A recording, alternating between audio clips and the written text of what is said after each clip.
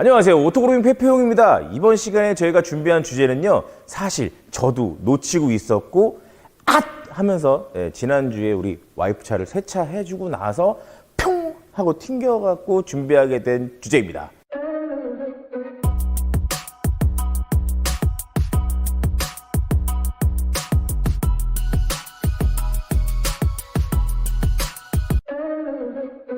사실 그 전까지는요, 제가 이 와이프 차를 세차를 하거나 할 때 그런 문제점들을 거의 느끼지 못했어요. 근데 이게 시간이 지나면서 쌓이다 보니까 그런 문제점이 발생되는데, 이게 뭐냐면, 우리가 이제 세차를 하고 나서 이 안쪽에 틈새 물기들을 제거하잖아요. 그러면서 이제 요런 데 이제 닦게 되는데, 이게 점점 닦다 보니까 뭔가 닦이지 않는 검은 더러운 게 막 계속 남기도 하고, 지금 이걸 닦아보면 뭔가 이 손으로 느껴지는 서걱서걱한 그런 느낌들이 나거든요. 근데 그게 그냥 우리가 물기를 제거할 때, 뭐 틈새 물기 제거할 때 타올 가지고 그냥 조금 젖은 타올 가지고 이렇게 닦아내잖아요. 근데 그렇게 해갖고는 닦이지가 않는 거예요. 그래서 이게 무엇일까? 항상 뭐가 있으면 우리가 생각을 해야 되잖아요.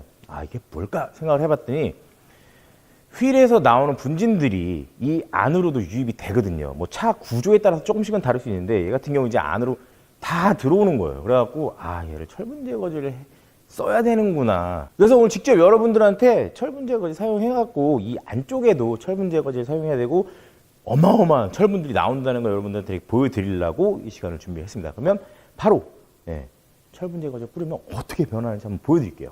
저 같은 경우에는요, 철분 제거제를 그냥 칙칙 뿌렸어요. 근데 많은 분들이 이 철분 제거제가 혹시라도 냄새도 많이 나고 하는데 안으로 들어갈까봐 걱정을 하시는 분들이 좀 계시는데요. 그런 경우에는요, 타올에다가 이렇게 충분하게 분사를 해주시고요. 얘만 이렇게 쓱 하고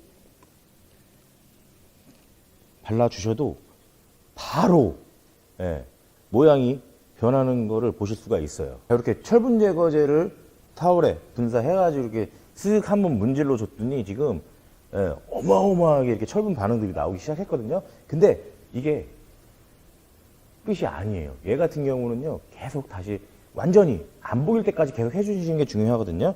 자, 한번 이제 얘를 또 한번 해볼게요.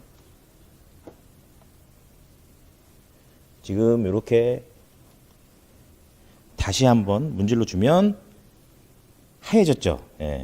지금 하얘진 상황인데 우리가 조금만 다시 기다려 보면 마술을 부리는 것처럼 다시 또 철분 반응들이 나오기 시작해요.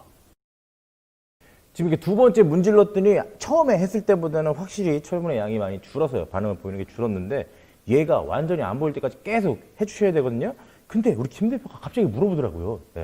근데 이걸 왜 해야 되는데? 라고 물어보는데요.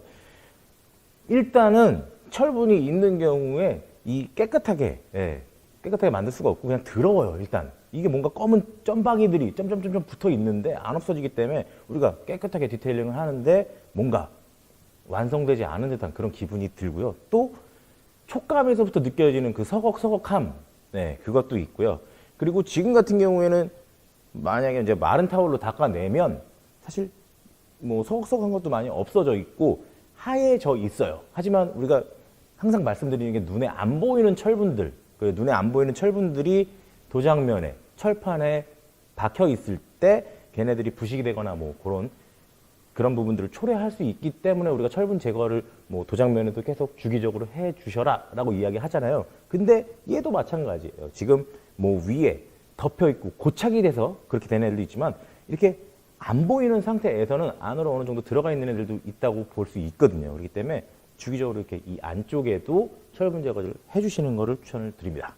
다시 한번 그러면은 지금 이제 다시 나온 애들 한번 작업 다시 한번 3차 작업을 해볼게요.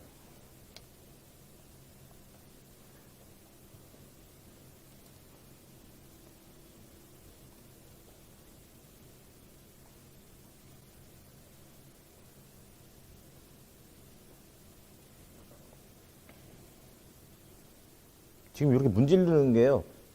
뭐 이렇게 기존에 이제 나왔던 철분 반응 보인 애들을 닦아주면서 지금 새롭게 철분 제거제를 표면에 도포를 해주는 그런 과정으로도 볼 수 있어요. 지금 또 나오기 시작했어요. 이렇게 반복 작업을 통해서 철분 반응이 더 이상 나오지 않을 때까지 계속 잘 작업을 해줬는데요.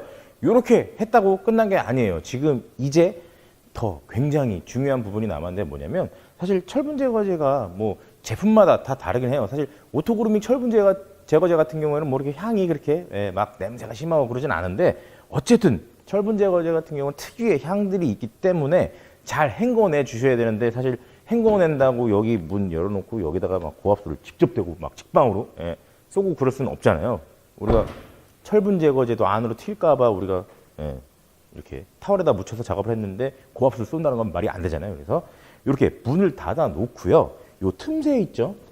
요 틈새에다가 물을 정말 충분히 쏴주셔야 되거든요. 보통의 고압수들은요, 이렇게 방향이 있잖아요. 방향을 보고요. 요 틈새에 맞춰서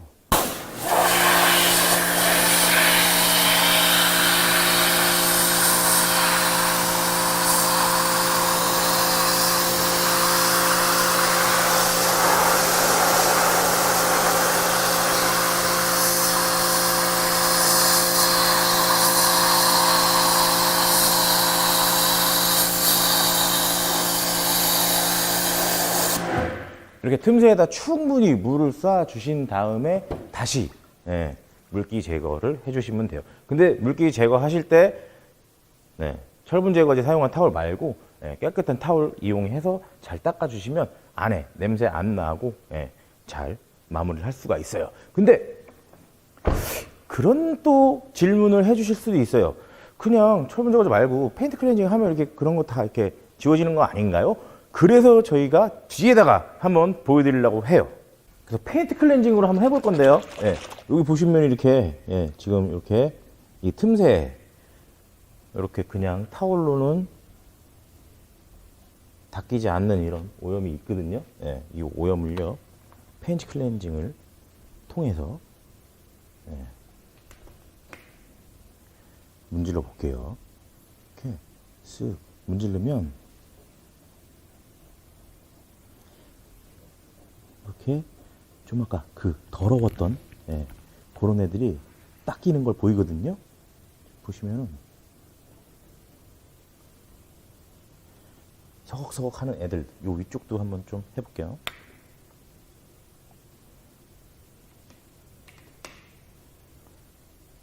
이렇게 닦으면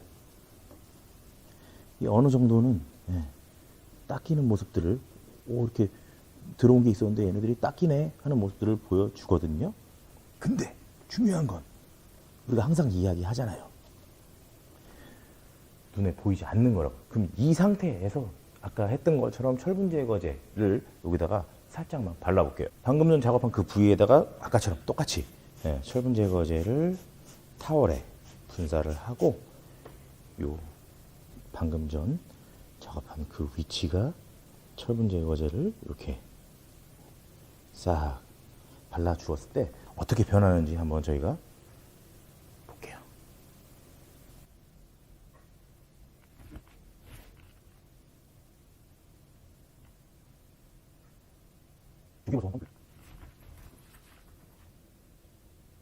지금 이렇게 보시면요, 페인트 클렌징을 해가지고 깨끗해진 것 같아라고 생각을 하지만 이렇게 철분 제거제를 좀만 발라보면 철분들이 안에 아직도 남아있는 것들을 확인할 수 있거든요. 그래서 이 철분들을 완벽하게 제거하기 위해서는 철분 제거제잖아요. 철분을 제거하기 위해서 철분 제거제를 사용해 주셔야 된다는 거. 지금 보면 여기 이렇게 점점점점 점박이들 바른 곳과 안 바른 곳이 딱 차이가 날 정도로 이렇게 보여주거든요. 자, 이번 시간에 이렇게 우리가 생각 외로 놓치고 있는 부분 중에 하나인 이 틈새 철분 제거 해봤는데요. 마치기 전에 우리 김 대표가 또 아주 중요한 결정적인 제보를 하나 또 해줬어요. 우리 김 대표도 예전에 그 시부르 캡티바가 흰색이었잖아요. 근데 이 친구도 이 안에 틈새가 누렇게 변해 있는 상태가 있었대요. 그래서 여기를 해결해 보고자 페인트 클렌징을 사용했는데도 불구하고 이제 고착이 오래된 경우에 지금 이제 뭐 생긴 지 얼마 안 된 경우에는 그냥 우리 타올로 힘줘서 닦으면 안 지워지지만 페인트 클렌징으로는 그 누런 거는 지워졌었잖아요. 근데 오래되니까 한참 되니까는 그 누런 게 페인트 클렌징으로는 지워지지 않는다고 하거든요. 근데 그때도 철분 제거제를 사용하시면요, 그 누런 애들이 지워지는 모습들을 보여주거든요. 그러니까요, 뭐 괜히 한 번에 가고 두 번에 가지 마시고요. 이 안쪽에 누렇다 뭐 그런 것들이 있을 때에는 뭐 그리고 그냥 타월로 물기 제거할 때 안 지워지는 그런 오염들이 있을 때는요, 거의 80% 이상의 확률로 이 안쪽에는 철분들이 들어가고 그렇게 이제 누렇게 되는 경우들이 많으니까요, 철분 제거제 사용하셔갖고 제거를 해주시는 것을 추천을 드리겠습니다. 그러면 다음 시간에도 오토그루밍은 여러분들한테 유용하고 다양한 정보 들고 찾아뵙도록 하겠습니다. 오토그루밍 바잉.